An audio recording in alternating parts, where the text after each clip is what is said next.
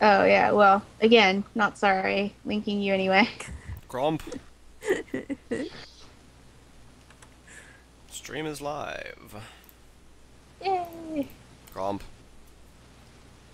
Grump. Grump. I logged in. I think I'm logged in. Are people here Is for that the, is that a panya I hear? Oh, no. Oh. No, that was my chair. Oh, okay. Pena Sounds like a is pain in here, the but she's pretty quiet. cute. Be lame like an old grandma reading.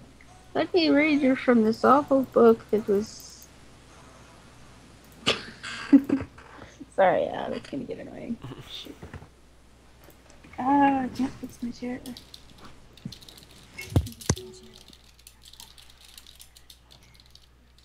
This chair is so old. This chair, let's see, is when did I get this? Probably, yeah, probably like I was in the 6th or 7th grade. I got this chair. Oh, wow. Yeah, it is. Problem is I don't have other chair. I'll just try not to lean back and stuff.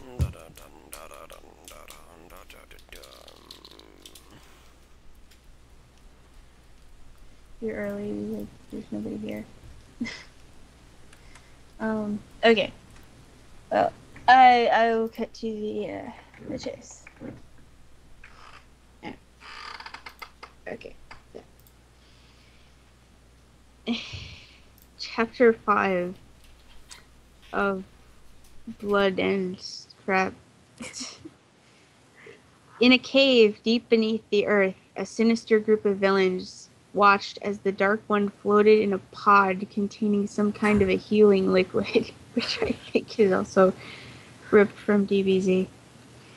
Bleak Bleako sat cross-legged inside the spherical pod and appeared to be in a state of intense meditation. They watched him, too scared to even speak. His power was radiating outward like a furnace. The room felt as if it were a sauna. Scrapona entered the room behind them silently. He burst out laughing. Ha! What are you guys doing? Taking a coffee break? Are you in awe of our fearless leader? It's not like staring at him is going to restore his power any faster. Oh, sorry about that. Blackthorn put his finger to his lips and shushed him. Quiet, fool. Can't you feel it in the air? Insert Bill Collins song here. Swandle Bleako's dropper. powers. uh, maybe you can screen cap me what it looked like. Oh shoot, I don't need glasses to look swell, but a lot, I sir. But the good news is it makes just as much sense in context. So No, he hasn't missed anything. You're all full of yeah, crap. exactly. Oh, we're on chapter 5, Icer. Yeah, but it's not like she totally Yeah. just said that. Thundersteel, Thundersteel, rah, rah, rah. Bleako's power is filling the room. The intensity of it is astounding. I'm starting to get a bad feeling about this. What if he doesn't keep his promises? What if... Scripona interrupted him. Yeah. And what if everything he told us is all a bunch of Toon lies? I've never trusted Toons. Too unpredictable for my taste. No sense at all, no scope. No sense at all. Maybe he doesn't even have any real power at all? Yeah, it's pretty warm in here, but how do you know that's because of him? We're pretty far underground. Maybe it's just a volcanic vent. Maybe. Liko's yellow eyes shot open within the container and narrowed. The temperature of the room dropped so suddenly that, that icicles began forming on the end of Blackthorn's nose. Bleako's pod exploded into 1,000 pieces, and he coolly stepped out. His eyes stared at Scripona. Nothing but his eyes showed the rage that lurked within.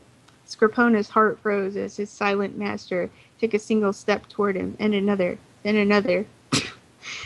Bleako was stepping on shards of broken glass from the pod in his bare feet. He showed no signs of pain. He felt no pain. I'm like, Scripona backed up in fear. Master Bleako, I didn't know you could hear me. Silence, you worm, Bliko barked while picking up a small icicle from the floor. You know what happens when my own followers turn against me? Well, obviously you don't, or you would have kept your trap shut. I love the author, like, the author knows that we wouldn't understand things unless he explains them. We're too in the middle of stupid dialogue. to understand the story, and we just don't understand how brilliant writing it is. And yeah, just go ahead and continue so I can off myself. Blackthorn was closest, let this be a lesson to all of you. Blackthorn was closest and didn't even see Bliko's hand move. He heard the briefest whistle of wind, and heard Scripona scream. It was all over. Bliko had thrown the icicle directly into Scripona's jugular with such intensity that he was pinned to the sheer rock wall behind. Link is appropriate.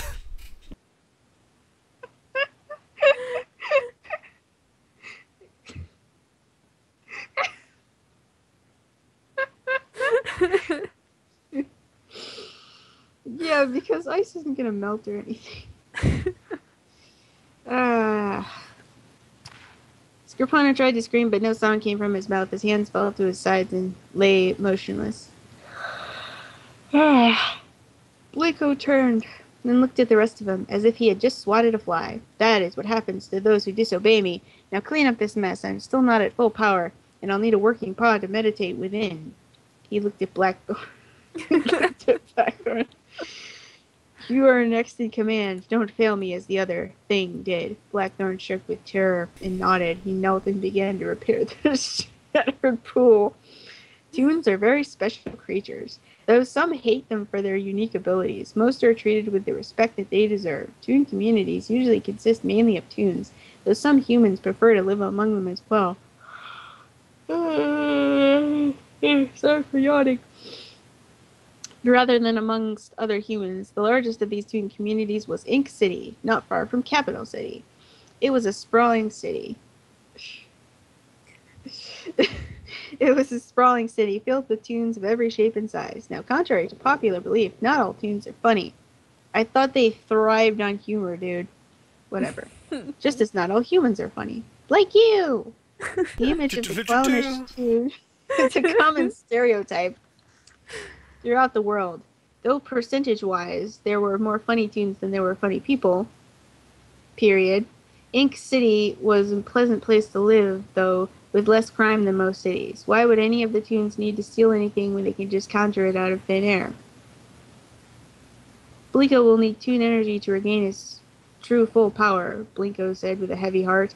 He could sense Bliko's imminent arrival, like a dark coal deep within the pit of his stomach. Ink City would act as a beacon to Bliko, a magnet. It was the largest community of toons on the planet. To Bliko, it will be like a giant buffet with a sign with the word free on it. Bliko knew that Bliko would strike there soon. It was only a matter of time. You have to be vigilant, said Bliko as he, Mike, and I patrolled over the patrolled over the skies of Ink City. These poor toon souls are counting on us. If we fail, if Bliko regains his full power, I don't know if we will be able to stop him. He is essentially me, after all. No, Bliko, said Mike. He isn't you. He may bear some small resemblance to you, but he isn't you, and you aren't him. Bliko remained silent. Down in the city, things seemed quiet. A brown beagle wearing a police uniform and a badge was ringing a bell. Midnight and all's well. It was peaceful. Wow.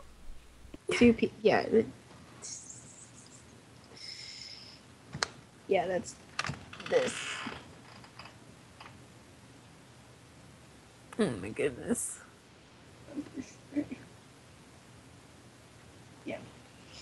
Anyway. Weedle! It's a new Pokemon. It was peaceful. Too peaceful, it seemed. Sometimes things happen in life that we cannot control. What? When did this turn into your journal, dude? What? Where is this coming from? Sometimes things happen in our life that we cannot control. Thank you, Captain Obvious. We want with all of our heart to bring peace and make sure nothing bad happens. I know, right? No scope. It's like, well, crap. If this can be turned into paper, then why can't anything be turned into paper? Yeah, that was basically my ideas. I'm like, oh, okay, that's it. I'm just gonna write tales now. We're gonna publish this because apparently blood and ink is worthy of being published.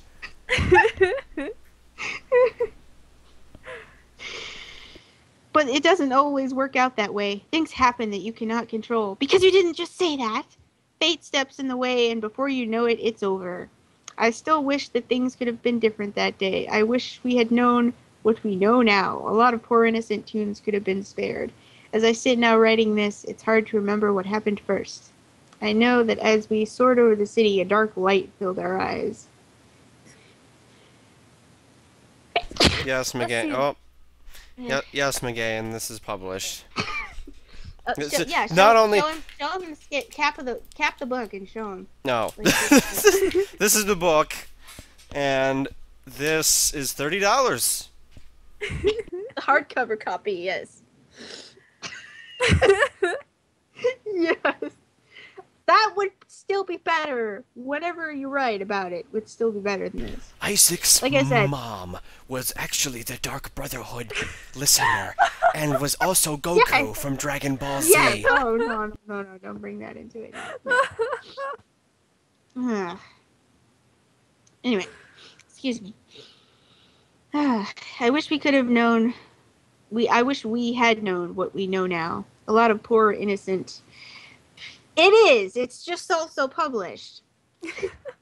Oh, link is DeviantArt or whatever, or something. Sure thing. There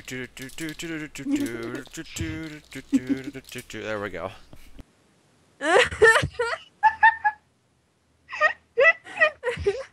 Here, hang on. Well, actually, this link is as good as any.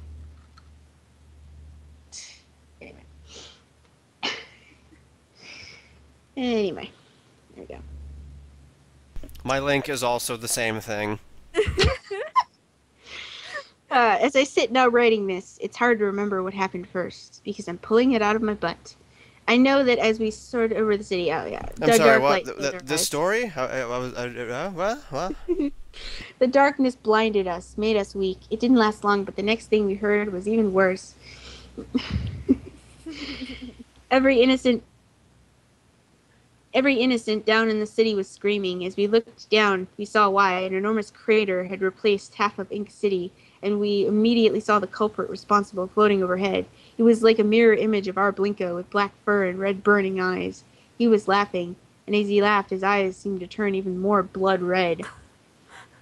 I turned to Blinko and saw that he was shaking with fury. He kept saying the same word over and over again. Bliko, Bliko, Bliko, Bliko.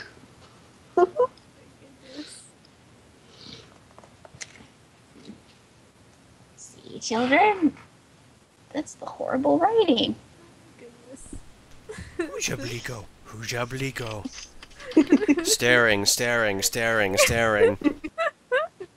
I know, dang that poem. But before I could try and comfort him, Blinko was off like a shot. He flew through the air toward Bliko like a missile. Bliko sneered, "Prepare, brother! This will be the fate of the entire world once I regain my power. The universe even... the universe even... Can't you feel it? The city is practically throbbing with my immortality." Okay, dude, whatever. Throbbing with my immortality. He inhaled deeply. I can taste it. Okay. Yeah. This was all he got out before Blinko began punching him. He was still shaking with fury as he pummeled Blinko as hard as he could. At the sight of so many lost tunes, Blinko... Today on the Teamudf podcast, we have...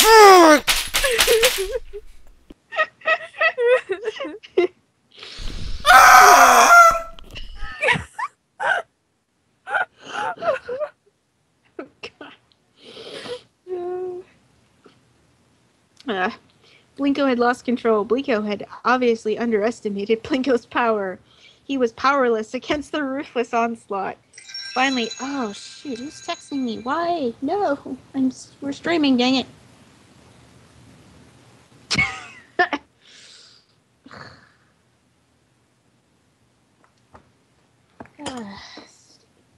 Crap.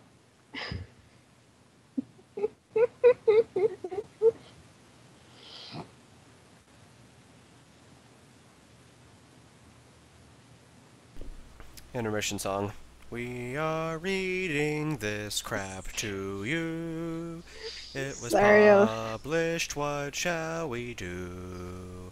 I Dang it. don't know, but we're going to kill someone whose name is Bill. Okay, I turned my volume off of my phone, so it shouldn't do that again. Sorry, everybody. I know. For a good jump scare, all they need to do is take a picture of this book flying across the screen after you. Yeah, I know, right? Anyway. Finally, with one final slam to the head, Bliko was sent flying into the crater far below. Blinko's breath was heavy as he tried to suppress the rage inside of him. He didn't want this. Not like this. It just reminds me of the Soldier Critics Pokemon review, like, Pokemon aren't meant to fight, not like this, not like this. People aren't meant to write, not like this.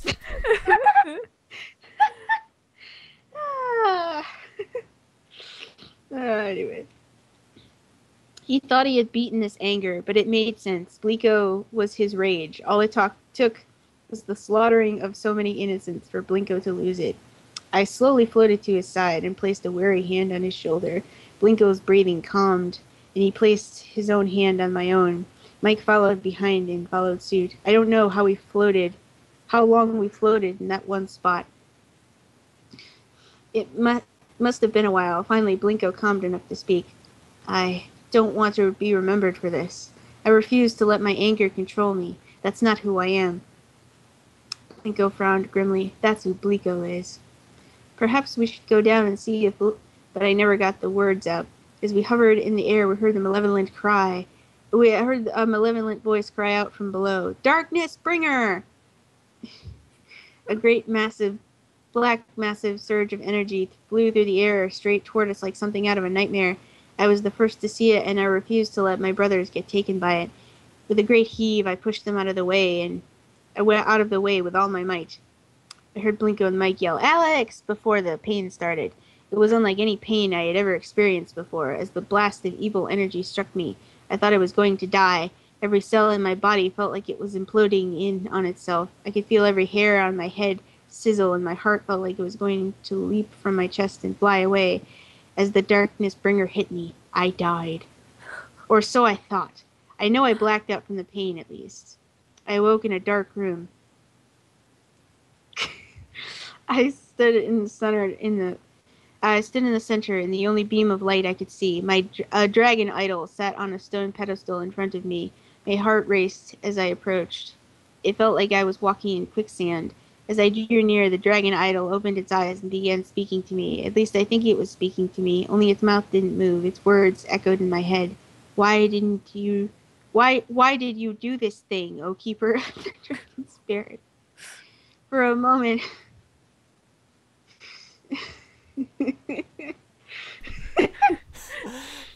Well, it's true, isn't it? For a moment, I didn't know what to say, but I found my tongue and spoke back. If you mean why I pushed my brothers out of the way, it's very simple. They're my brothers. I couldn't let them get hurt. But you are responsible. If you die, so dies the spirit of the dragon. It was irresponsible. I cowered at the voice flowing into my head. This time I could not speak. My tongue felt like it weighed 1,000 pounds, but the dragon's voice calmed and spoke with more gentility.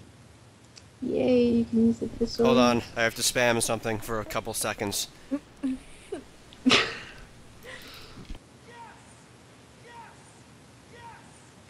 Oh, it's probably too quiet, but oh well, continue.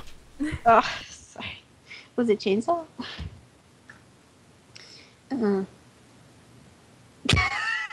Yeah, almost. Oh. The devil and more, yes.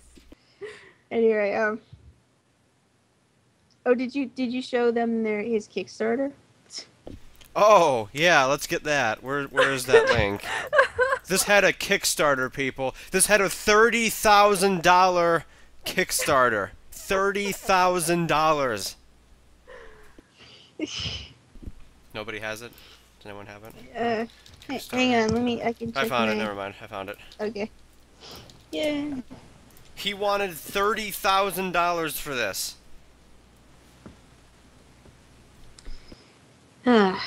It was also a very brave act. Of all things, dragons place bravery above all else.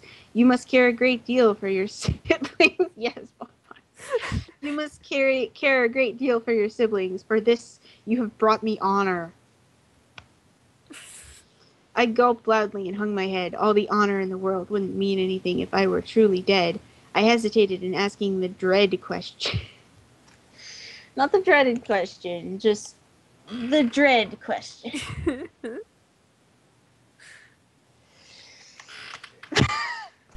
Oh, so here, everyone on... If I post this on YouTube, no one will have seen the Kickstarter. So here's what we have. We have pledge $5 or more. You get a handwritten thank you note signed by Alex. Pledge $10 or more. He will send you a hand-drawn and framed illustration of a scene from his book. And if you haven't seen the illustrations, man, are these quite a treat. Pledge $20 or more. Get all the above, and he'll send you a paperback copy of the book. Pledge $30 or more. Get all the above, a paperback copy of the book, autographed by Alex. $40 or more, all the above, and a hardback copy of the book. $50 or more, you get an autographed hardback copy of the book, and all the above, of course. $60, all the above. And you'll get a homemade cake with thank you written on it. Cake. You get cake. Are you serious? Oh my god. Yes. $70 or more. You get the cake, the books, all the above, and a special written thank you in the book's beginning for you personally. $80, all the above, plus you create a special framed illustration with you interacting with the characters in any scene. $90 or more, all the above, plus a hand-molded figurine of the hero of the book, Blinko, or Blanco, or whatever the crap we're calling him now. Wolf, And Force, if you get... Animaniac, Gary Stuga. And if you get $100 in there, you get an extra scene in the book where you personally appear and have a big part. Wow! So if you gave this book $100, you would get a special scene. Your funeral. In hell. Ah. Everyone going the portal route with the cake. Yeah. Anyway. Fear not, young one. You have not perished from this world. I was able to use some of my power to shield you from the evil one's energy, but you are not completely unharmed. I was able to prevent your death, but you will have to spend some time recovering. Oh, noes. Yeah, I know, he's on the cover and everything, as you can also see on the yeah. And it's like, oh, it's about Blinko, but no! It's actually, like, if you read the DeviantArt, like, the journal, it just, like, it's like, oh, well, it's us getting powers, and Gary Stu Palooza here. It's the stupidest thing. Oh, man. Yeah, but at least Metal Gear didn't suck. At least I think so. Or I think not, so. Yeah. And now a word from Skynet. My head snapped up and I smiled widely at the dragon idol. As long as I don't have to leave my brothers, I couldn't be happier, thank you. But I was interrupted by a terrible pain. My eyes snapped open. A lot of snapping. And my body felt like it was on fire. I screamed and my brothers ran into the room with concerned looks on their faces. Delphine appeared out of nowhere with an equally concerned look on her face. I was back in the apartment. Blinko, Mike, what happened? How did I get here? Why does my body feel like it's falling apart? I screamed again. Or apparently he screamed that. But Blinko merely put a blanket over me gently. You were hit, full force, by one of Blinko's most powerful attacks. That was so stupid, man. You could have gotten yourself killed. By all rights, you should be dead. How did you? My dragon shielded me somewhat. I said solemnly, thinking back to my dream and realizing it had been more than a dream. He was the only reason, but I had to, Blinko, Mike. What else could I have done? I couldn't let you get... I couldn't finish the sentence. It was too... It was too painful, both physically and mentally. I wish you couldn't finish this book because it's too painful, both physically and mentally. How badly am I injured, anyway? Well, said Mike, you have 2 broken legs, 1 broken arm, and a shoulder that is dangerously out of alignment. You're in pretty bad shape, but if you take it easy for a while, you'll heal. That means no crime fighting. Promise me you won't try. Sadly, I nodded my head, because what choice did I have? I couldn't very well fight crime like this. A sudden thought flashed into my head. Though, Blico, what happened to him? Did we... He got away. Yeah. Yep. He got away, said Blinko quietly. As soon as he shot that darkness bringer at you, he vanished into thin air. We hurt him pretty badly, and I think he got scared. More proof that was written by a mental 5-year-old. He'll be back, though, once he regains his power. That's why you have to get better. We need you, bro. Literally. We need you, bro. Blinko talks in, like, PewDiePie.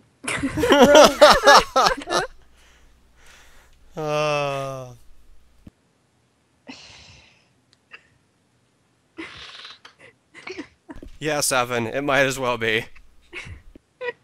It's the internet in book form. It's the worst of the internet in book form. Ugh. What is stream? There we go. Anyway. Yes. Anyway. He whimpered slightly and hugged me around the neck gently. Don't worry, guys. I'll hurry up and heal as fast as I can. I need you too. Blinko was right, of course. Blico would be back and even stronger than before. I just hoped that we could prevail against him. The entire universe depended on it. Those fools, how dare they treat me this way? A terrifying thematic explosion rocked the villainous lair as Blico arrived back at the scene. Blackthorn was just putting the finishing touches on Blico's shattered healing pod when it happened. Seconds before Blico returned, the air became so thick with energy that Blackthorn nearly choked. He peered from behind the repaired pod and saw a horrible sight. Blico stood in the center of the room with dark energy crackling off of him. He was quite a sight. One of his arms seemed to be sticking out at a strange, unnatural angle, and his body was covered from head to toe in dark bruises. Blico's snout was smashed, and he was bleeding heavily. Toons, even sadistically evil toons, don't bleed blood. They bleed ink, as Blackthorn now saw covering Blico. There are a few things more horrifying than seeing a bleeding toon up close and personal. It is far worse when the bleeding toon has a look on his face that makes you want to pack your bags, buy a one-way ticket to a far-off mountain, and eat nothing but soy for the rest of your life. What? Soy? What? This Blackthorn sincerely thought about doing as he watched the toon villain limp across the room toward the pod.